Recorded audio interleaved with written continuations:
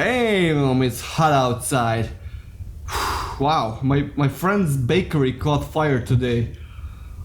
I guess his business is toast.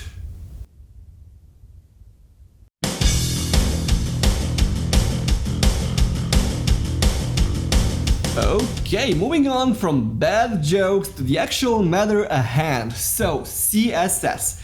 What is CSS? CSS is a style sheet language that describes the presentation of an HTML document. And CSS describes how elements inside the HTML document must be rendered on screen, on paper, or in any other media. Now, what does that mean? Okay, so let's imagine HTML and CSS together and how they work. So, you have HTML, which is, let's say, a person, and it is a completely naked person.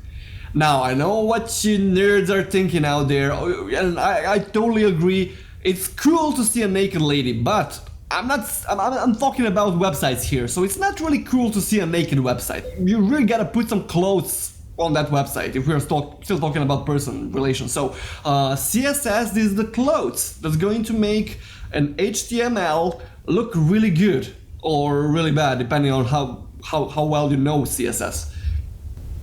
Okay, and just a few more minutes. What does CSS stand for? Now, CSS stands for Cascading Style Sheets. I have no idea what cascading means. I mean, I really don't. I guess we can Google it later on, so I will provide you an answer, but this is what it means, right? That's the meaning. And this is an example of how CSS affects the HTML.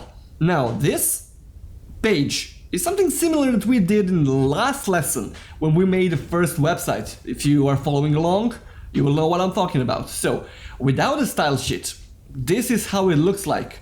Okay, we have a header of a page, a title, then some navigation, then some content, but we had footer instead of sidebar and yeah, different things, but this is how it looks like with the style sheet. And style sheet can heavily influence on the looks.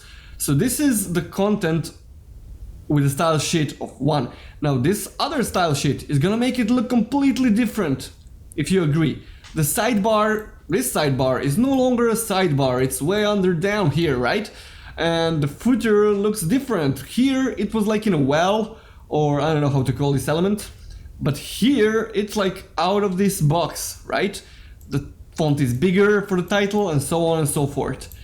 This example here as well, again, totally different. Now we have inline navigation. It's not in a up and down manner, so it is inline and everything is different. The colors are different and so on. And this is something that I actually really like. This is so retro, right? So this is style sheet 4, right? Now see the difference between style sheet 1 and style sheet 4. 2 different websites. Do you agree with me? Okay, so I'm gonna hit the stop button right now, and this is enough for introduction, I guess. So we have seen what CSS means and what it stands for, and we have seen how it heavily influences the appearance of a website with these like 4 examples. So in the next lesson, we're going to start explaining the syntax of CSS, how it's written, different ways to use it, and so on and so forth. This is gonna be a long lesson, a long series, because I'm gonna try to cover a lot from CSS. And yeah, okay, I'll see you in another lesson. Bye bye.